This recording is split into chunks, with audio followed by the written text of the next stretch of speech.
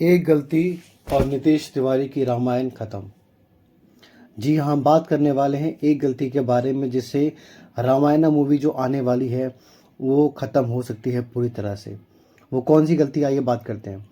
देखिए, सबसे पहले जो रामायण बन रही है वो एस राजामौली अगर बनाते तो कैसा होता। हम सब जानते हैं एस राजामौली ने बाहुबली, मक्खी और आर जैसी मूवीज़ बना रखी हैं जिसमें इमोशन, कनेक्टिविटी और फाइट सीन्स, इन सब पे वो बहुत ध्यान देते हैं। एक एक चीज़ को वो अपने हाथों से बल्कि खुद करके दिखाते हैं।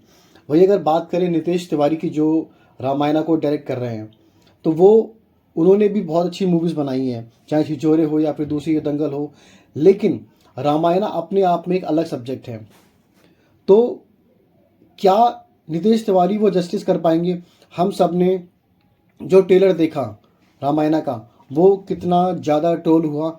और वो ट्रोल होने का रीज़न मैं आपको बता देता हूँ। रीज़न भी वही है कि जो VFX थे वो उतने अच्छे से निखर के नहीं आए। चलिए बात करते हैं वो कौन सी गलती है जो नीतीश तिवारी को अपनी फिल्म को ख़राब होने से रोकना पड़ेगा।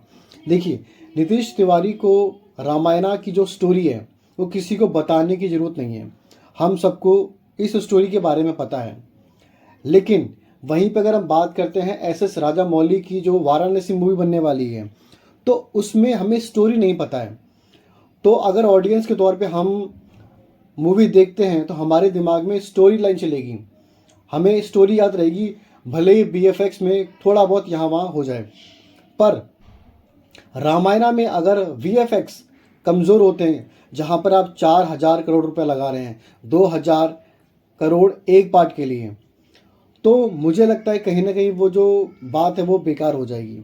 तो पहली और सबसे बड़ी गलती, VFX टॉप नॉच होना चाहिए और इसमें जरा सी भी कमी बर्दाश्त नहीं की जा सकती।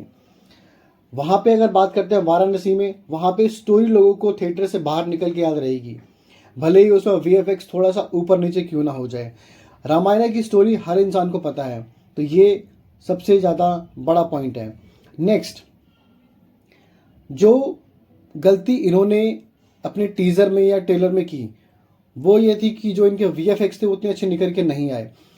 तो मुझे ऐसा लगता है कि शायद इन्होंने की गलती जानबूझ कर की है, क्योंकि अगर कोई चीज़ हम ऐसी अच्छी दिखा दें तो उसके बारे में पब्लिसिटी होगी, लेकिन शायद उतनी ज़्यादा पब्लिसिटी नहीं होगी जितना कि एक चीज़ को थोड़ा सा ख़राब दिखाने पर होगी। नीतीश तिवारी जी जो मूवी बना रहे हैं उसको पब्लिसिटी के लिए मुझे नहीं लगता कि शायद ये छोटा मोटा स्टंट होगा। लेकिन अगर ऐसा हुआ है तो, क्योंकि ये एक फ्री की पब्लिसिटी मुझे लगता है कहीं ना कहीं मूवी को मिल चुकी है, और आने वाले टाइम में लोग इस पर ध्यान देंगे कि अब जो टीज़र आ रहा है, जो ट्रेलर अब आने वाले हैं वो कैसे होंगे।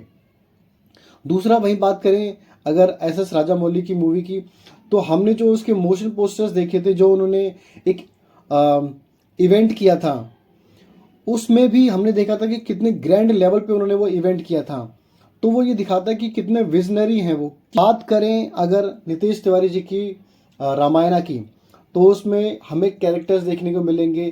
कहीं ऐसा ना हो किसी कैरेक्टर्स के द्वारा कोई ऐसा डायलॉग बुलवा दिया जाए जो कि हमने आदि पुरुष मूवी में देखा था, तो उसका क्या हाल हुआ था। स्टोरी लाइन बिल्कुल सिंपल रखनी है और VFX को टॉप नॉच रखना है। एक्टिंग अगर सब लोग ठीक ठाक कर लेते हैं तो मुझे लगता है कि इस मूवी को हिट होने से कोई भी नहीं रोक सकता।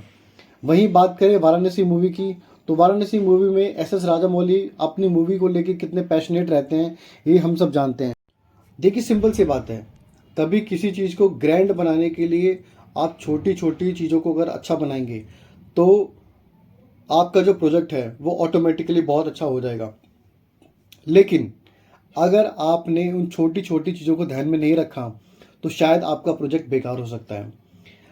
ये जो छोटे छोटे सीन होंगे, जो एक एक डायलॉग होगा मूवी का, अगर उसमें बिल्कुल भी छेड़छाड़ होगी तो शायद ऑडियंस उसको एक्सेप्ट नहीं करेगी, और हमारे मन में भी कहीं ना कहीं ये आएगा कि जब भी कोई रामायण बनती है वो ख़राब बन जाती है, तो वो भी कहीं ना कहीं हम एक्सेप्ट नहीं कर पाएंगे। और जो बात हम करते हैं कि वर्ल्ड क्लास लेवल की मूवीज़ हम बनाएंगे, वर्ल्ड ऑडियंस के लिए बनाएंगे, वो भी सपना कहीं ना कहीं हमारा टूट जाएगा। तो अगर इंडियन मूवीज़ को वर्ल्ड लेवल पे लेके जाना है, 4,000 करोड़ के बजट को जस्टिफाई करना है, तो प्रोजेक्ट वन यानी कि रामायणा वन को ही इतना अच्छा करना होगा कि वो आने वाली मूवी वाराणसी को टक्कर दे सके। वरना अगर प्रोजेक्ट वन इनका पहला पार्ट खराब हो जाता है तो कहीं ना कहीं इसका इम्पैक्ट दूसरे पार्ट को भी देखने को मिलेगा, क्योंकि आपका जब इनिशियल प्रोडक्ट अच्छा नहीं बनेगा तो दूसरे का शायद इतना इंतज़ार भी कोई नहीं करेगा। तो मुझे लगता है कि कुछ बातों का अगर ये ध्यान रखेंगे, स्टोरी एक लाइन अच्छी होगी और ज़्यादा छेड़छाड़ उससे नहीं होगी, डायलॉग्स अगर ठीक ठाक होंगे, वीएफएक्स को टॉप नॉच रखा जाएगा, तो मुझे लगता है कि कोई भी दिक्कत इनको नहीं आने वाली है।